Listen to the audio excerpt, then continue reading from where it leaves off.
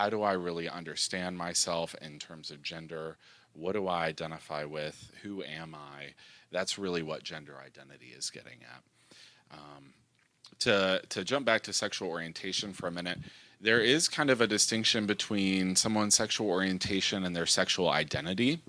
Sometimes those topics can be sometimes people use those interchangeably, but I think it's a very important distinction. So sexual orientation might be sort of how you are or who you're attracted to.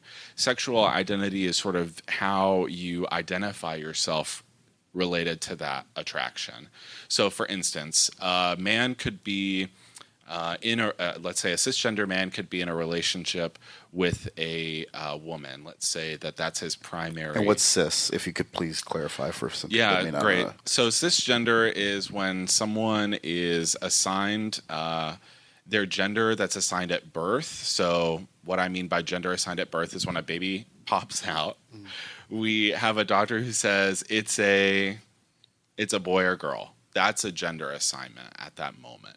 And so a cisgender person is, so for instance, someone who's assigned gender at birth,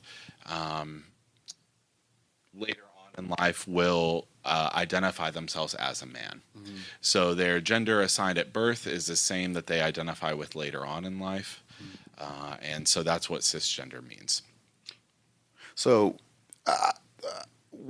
just based on personal research and also hearing a lot of dialogue in recent years, the difference is within the community of the LGBTQ community. A lot of people that are transgender has said that the difference between them and the other tribes or communities is that they're dealing with gender identity, whereas other groups are more so dealing with sexual orientation. Right. And some of them have been more so very vocal that they're continuously being grouped with these other groups, even though their struggle deals with more identity over sexual orientation. So to talk about that a little bit more, why do you think that, for the most part, from a professional standpoint, that their group has sort of been grouped in if it's dealing more with identity over orientation, sexual orientation?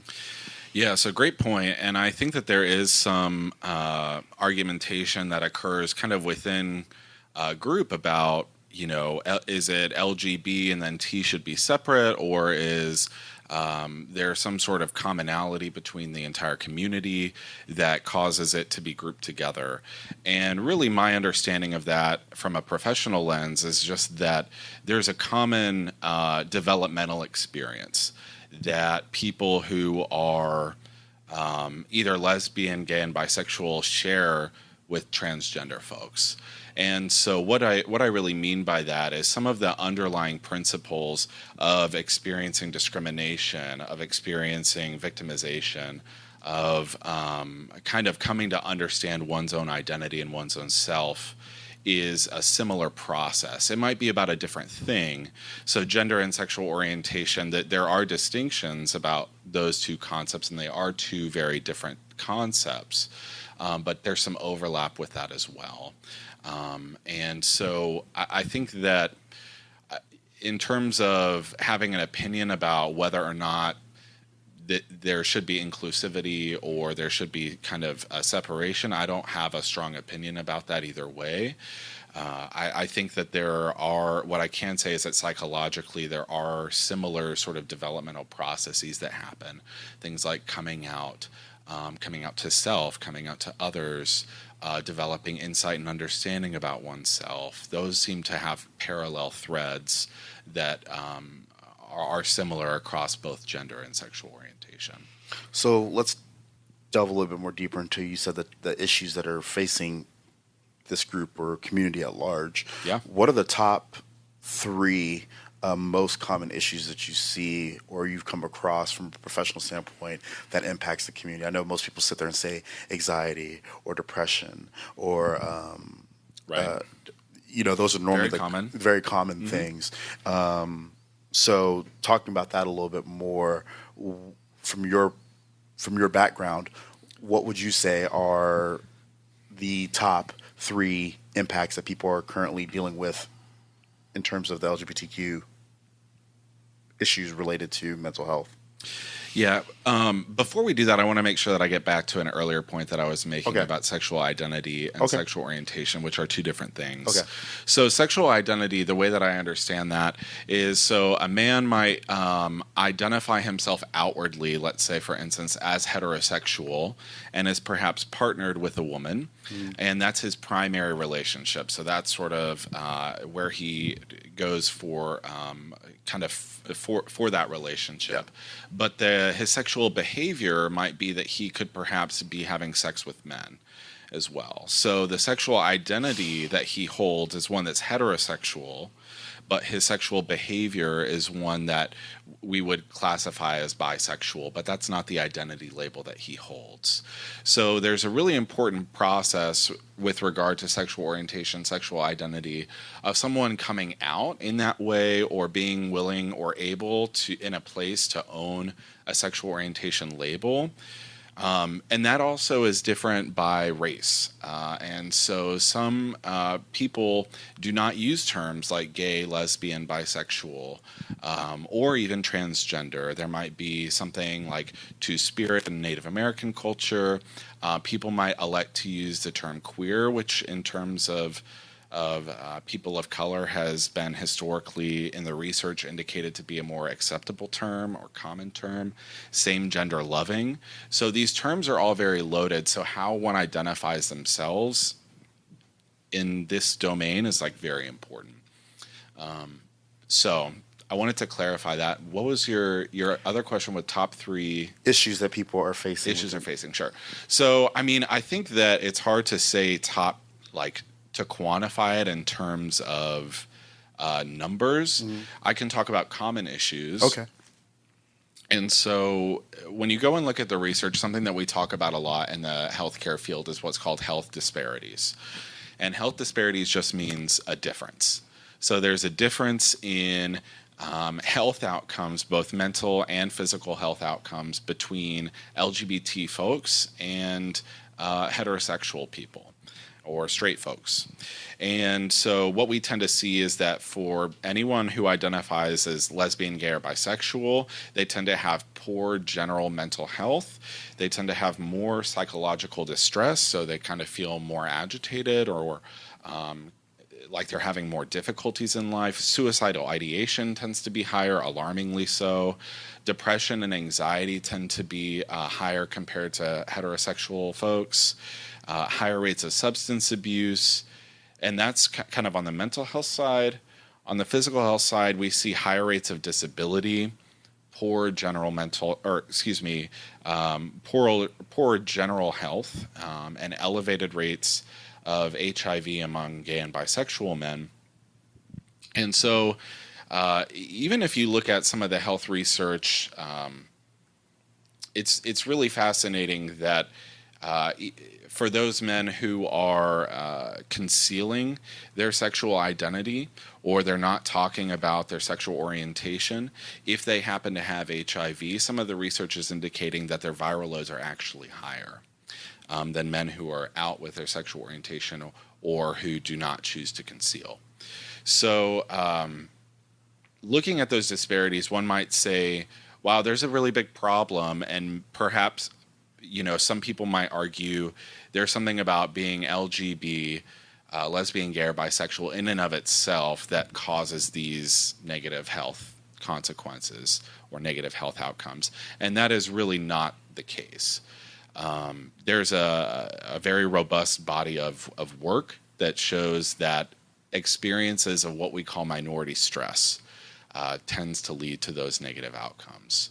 So the more that someone experiences victimization, discrimination, might even internalize some negative attitudes or beliefs about what it means to be part of that category, they tend to actually fare worse off. And so really the problem in what we have is a systemic problem of heterosexism, of homophobia, that sort of becomes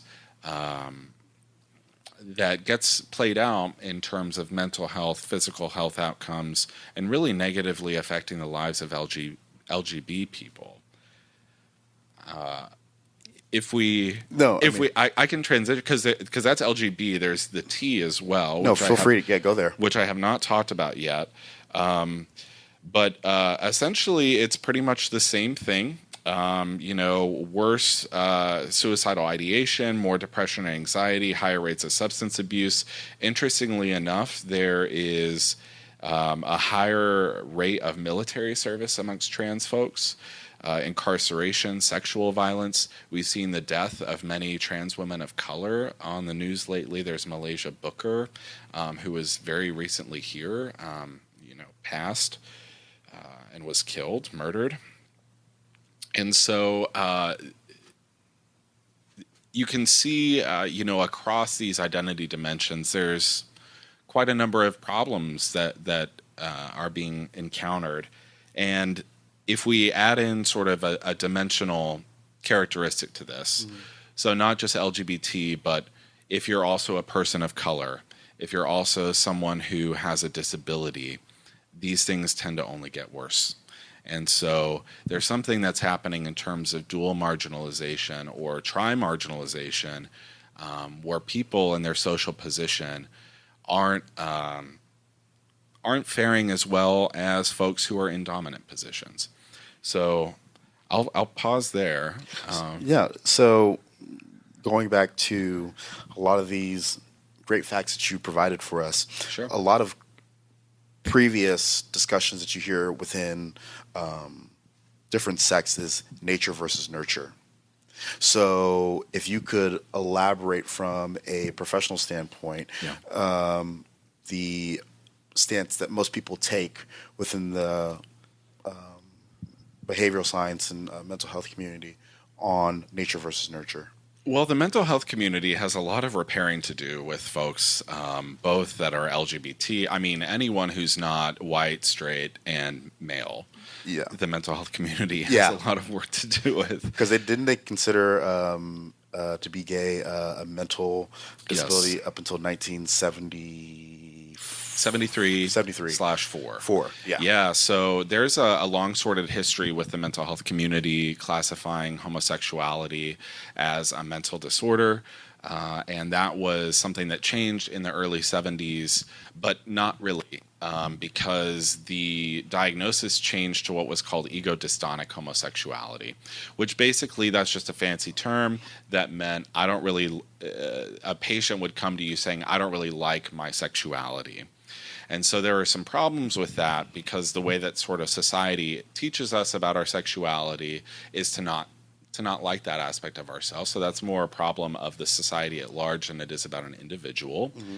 And it also presupposed that if you were straight and didn't like your sexuality, that should also be a mental illness, right? Yeah. So we've got some serious work to do in terms of that piece. With nature versus nurture, so, historically, the mental health field, I think, sort of took maybe some stance that there was some choice and also that it was a diagnosis, so it was something that could ostensibly be changed or cured. What we know now is that conversion therapy, or what's otherwise known as reparative therapy, is incredibly harmful. It's abusive, and I would go so far as to say that it's abusive and it's malpractice, coming from where I am as a psychologist. So it's well understood now in the literature through our most recent research and just our general understanding that there's no matter of choice in terms of sexual orientation and gender identity.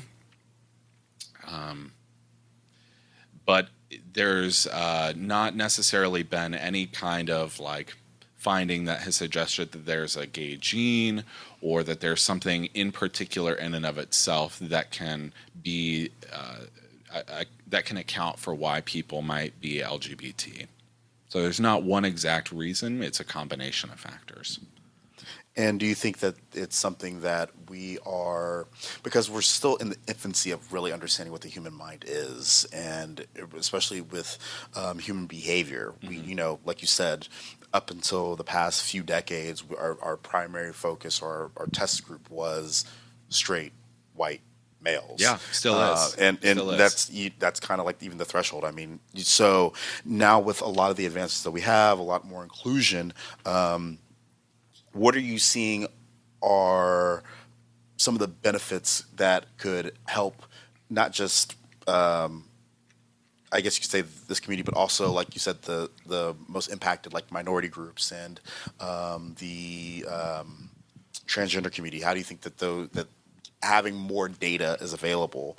Do you think that we can get past a lot of the standard woes that we see currently impacting people from a mental health standpoint? Yeah, I mean, I think that anytime that we have more knowledge, the better. That's my general philosophy and MO. I think that with regard to the medical community and also the mental health community, we have a lot of work to do about educating ourselves. Mhm. I got really curious about this question because, you sent me the questions Yes. beforehand. And so I went to go actually look about kind of what it is that both medical professionals and psychologists and mental health professionals the kind of education that they receive related to LGBT folks. By the way, for those of you that don't know, a psychologist is a PhD, so a doctorate. We can't prescribe medication, but we can make diagnoses and provide therapy or treatment. So that's something that a psychologist does. A psychiatrist, on the other hand, is an MD, so somebody who can prescribe medication. They went to medical school, and they're able to do any of those things.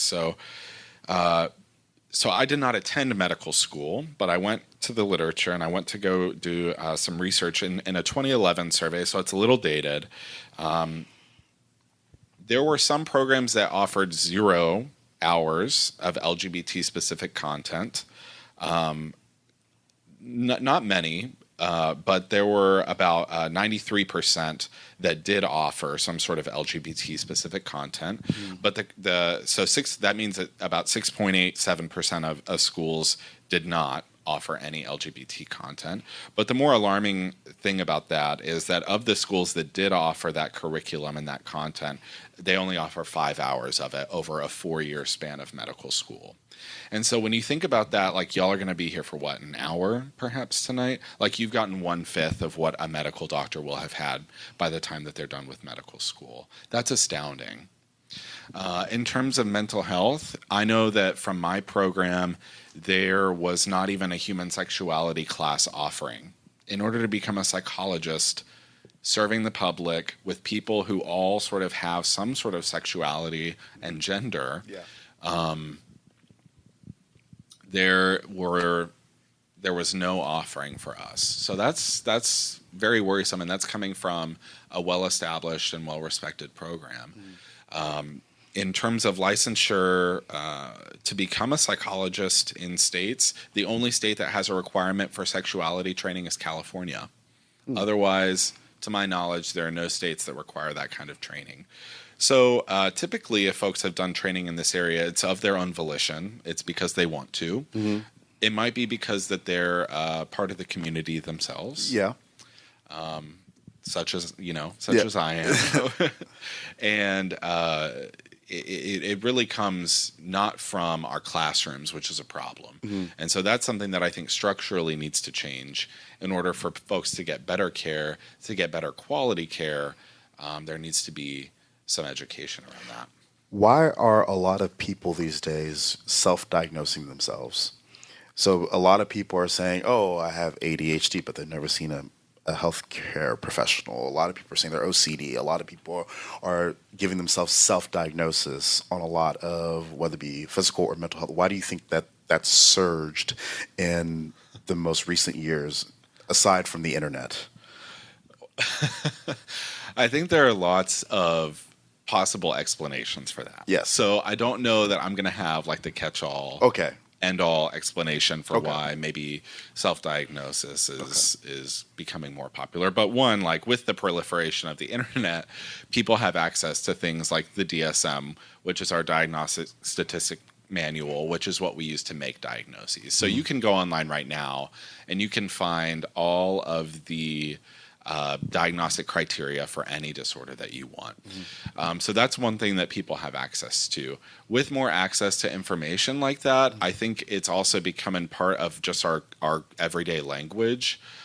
Maybe there's perhaps, I'm just sort of conjecturing here, that perhaps there's more understanding about mental illness, or just there's more awareness of it.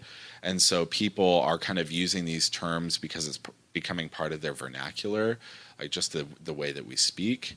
I did go look at some research about this because I'm a nerd, and the research says that one of the most prominent theories is that folks who are going online looking for information about their mental health diagnosis, or they are having some kind of symptom and they want to know about it, they'll go online, they'll find something like a messaging board, or perhaps like an Instagram meme account, or something where that symptom is highlighted.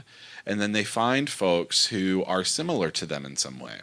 So they're making this connection online to something that they've experienced internally that is now becoming a relatable experience with another human being on the other end, even though we don't really know who that person is. And so they might sit in front of the computer, read about this, see a meme, see something that feels like it describes them accurately, and then they might have this sort of reaction of, oh, that must be me. I have this experience. I know what this is like, and so is this person, and this is what they're saying they have. So perhaps this is me. Perhaps I qualify as OCD, which is a very particular diagnosis, and not many people qualify for that diagnosis. Perhaps I have ADHD. With ADHD, there might be a secondary gain for someone to perhaps receive Adderall or a prescription of a stimulant. There's always that possibility. But really, the research is saying that it's more about a relatability component, something about I'm connecting with someone who's experiencing some sort of similar suffering or pain or symptom that I'm experiencing, and that causes me to feel connected to them.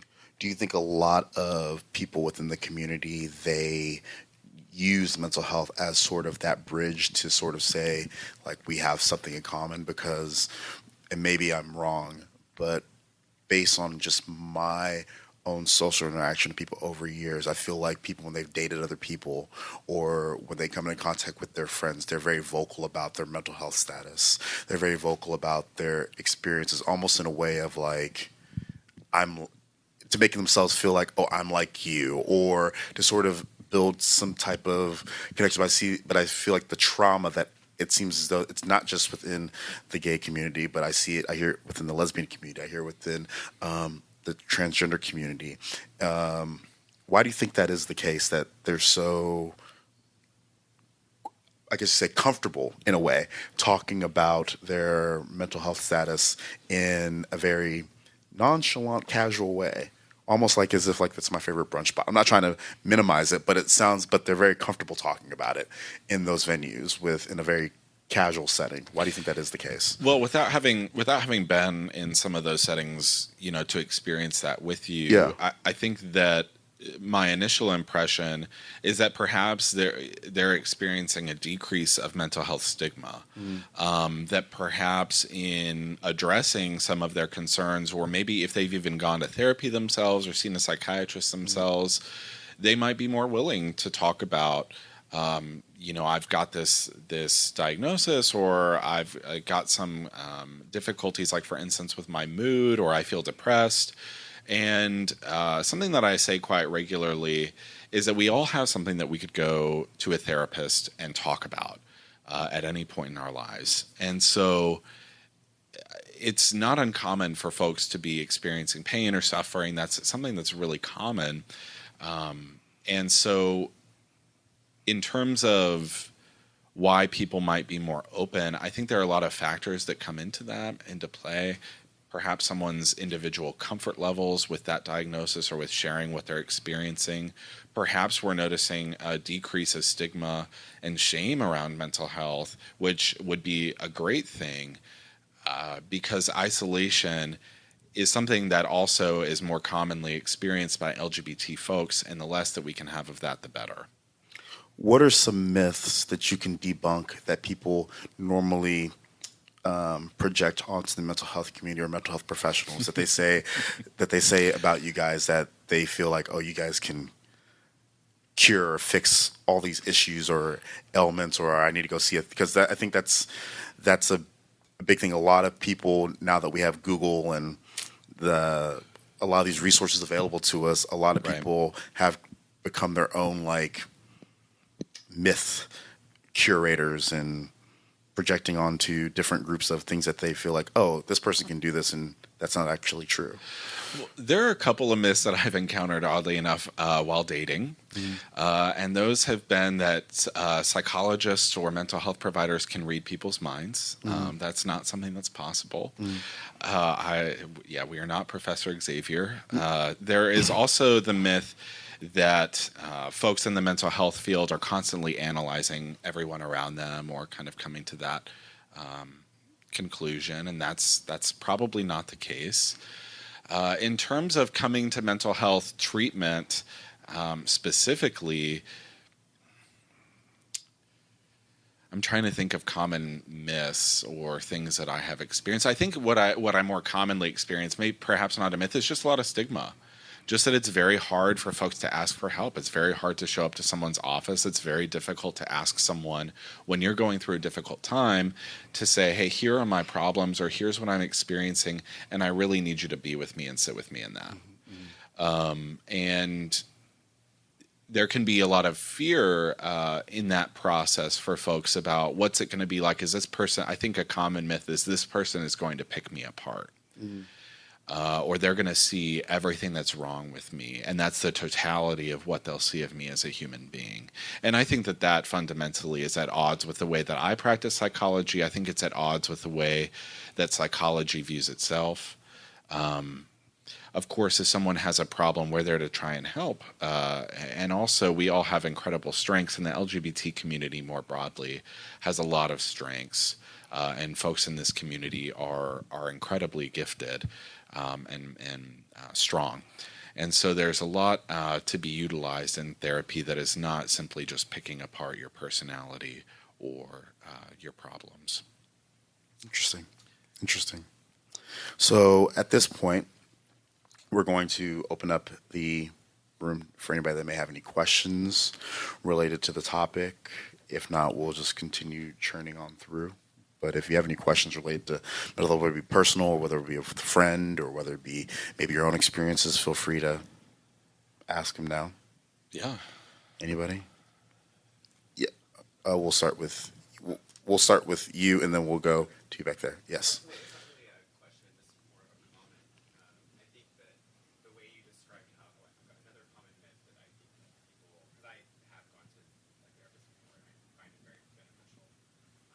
That's great.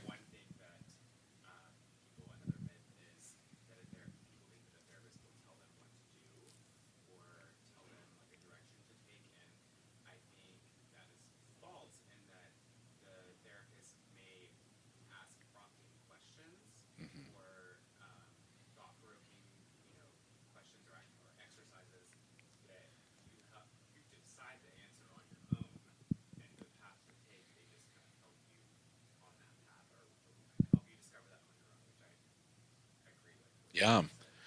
Yeah, that's a really good one, and I'm glad that you brought that up because as you were saying it, I'm like, yeah, that's a very common one that I encounter. So I'm not sure if everybody was able to hear that, but and is this being recorded?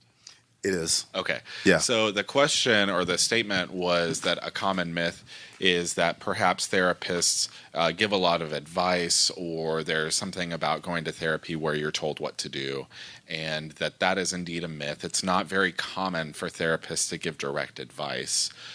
Typically, the only direct advice that I would be likely to give is probably in a crisis situation, or just essentially in a crisis situation.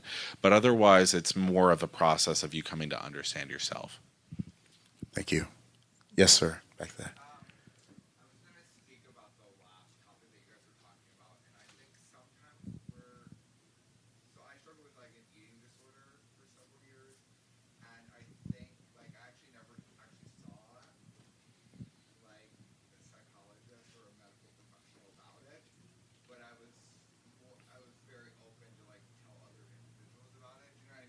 Mm-hmm. Mm-hmm.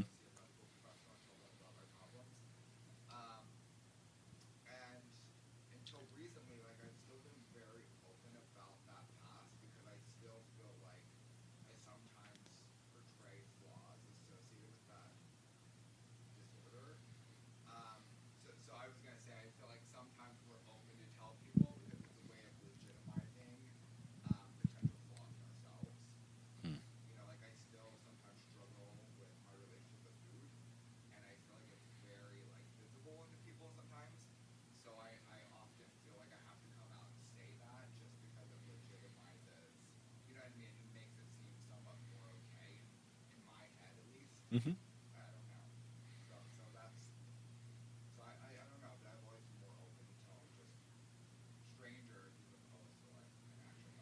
Mm-hmm.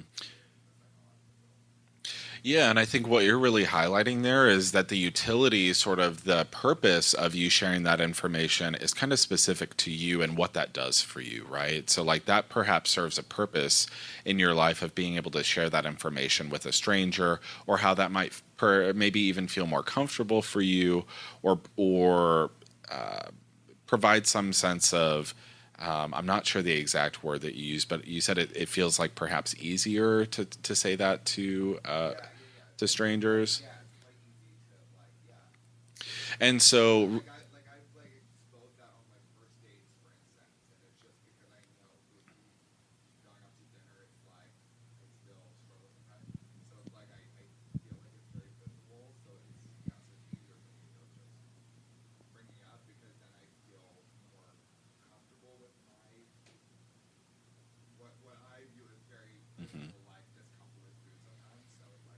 yeah. So what you're really gaining there is more comfort. And it seems to me that there's a lot of different reasons, to come back to your initial question about that, is there are a lot of different reasons that might drive someone to share that information up front. So it's not going to be a one size fits all or one answer to the reason as to why, but there probably is an underlying reason why. It might help us to feel more comfort. It might help us to feel more sense of social support. Perhaps we feel a decrease in shame, or some combination, or even something else that's not occurring to me in this exact moment. So there's a whole host of reasons why someone might be sharing that information, and electing to talk about it more frequently. Great sharing, thank you. Anyone else?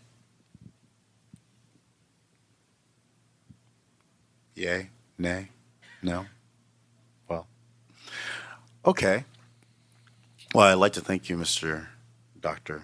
Chester, Of course. for joining us today for the Humanity Series on mind and body. There's also, we have pamphlets in the back too as well for one of our community organizations too as well. Would you like to say a little bit about your organization, or can you, or if you, yeah, feel free to. There you go. While we have time. To be Beyonce. Okay. Sashay down, sashay down. I'm not going to do that. Okay. So we're Legacy Counseling Center. I believe I spoke with the majority of you. Oh, God, I can't sound my voice. But Legacy offers, it's a nonprofit community organization that offers substance use counseling, as well as mental health counseling and housing services for individuals who are living with HIV and AIDS. And we have been in service now for about 30 years as of next month. Any questions? No? Okay. I did have a question. Yeah, Because I thought you were going to go back and then. Okay, go ahead. So my question is, what is it that you think is, or maybe because you did research, not maybe on this specific topic, but for minority communities, what seems to keep them from seeking mental health services, from what you experienced?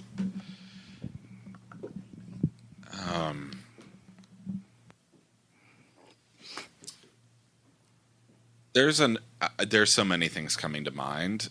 There are lots of reasons why someone wouldn't seek healthcare, and in particular, there are some very specific reasons why folks from minority communities wouldn't seek mental health care or physical health care. So when you said minority, were you thinking LGBT? Were you thinking people of color? All of the above? Just minorities in general? Primarily people of color. Well, I think that the system that we have established for healthcare for both mental and physical health has been founded on white folks and founded on I mean, this might be controversial, but founded on a system of white supremacy. We have historically had some very poor relationships with folks who are black, who essentially who are non-white. The medical community has abused some of the trust of those communities in very profound and meaningful ways. And that also extends to LGBT people and queer people of color. In terms of some of that history, that's a very rich history, and I don't have time to go into all of that, but just as an example, something like the Tuskegee experiments and research which was done with people of color. If you don't know about that, I would really encourage folks to look that up. So there are profound historical reasons why people of color might not enter into a physician's or a psychologist, psychiatrist's office. In terms of mental health, there can be quite a bit of stigma associated with mental health concerns for communities of color. That can be another concern that comes up, is what this means if I go to visit a mental health professional. And for LGBT people, otherwise, there also can be very negative experiences with healthcare providers once they actually get there, which goes back to our piece about there not being enough education. So you can go to a healthcare provider and have had some really negative experiences upon disclosure of identity, which can be compounded if you are also a person of color who maybe isn't seeing yourself reflected across in the provider that's giving you care. And so there are a number of things that make access to care difficult for all those populations. I hope that is not an adequate answer, because like I said, there's a lot of factors, but that's sort of initially what came to my mind. One question that I thought about while you were talking. One community, or really one letter within our community that we don't hit a lot on, is the transgender community, and you guys talked about that a little bit earlier. And I think that there are a lot of us who are trying to build that in a little bit more.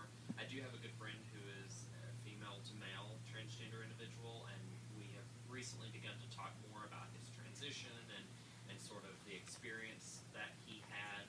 And one thing that we talked about was his sexual orientation. So when he was a female,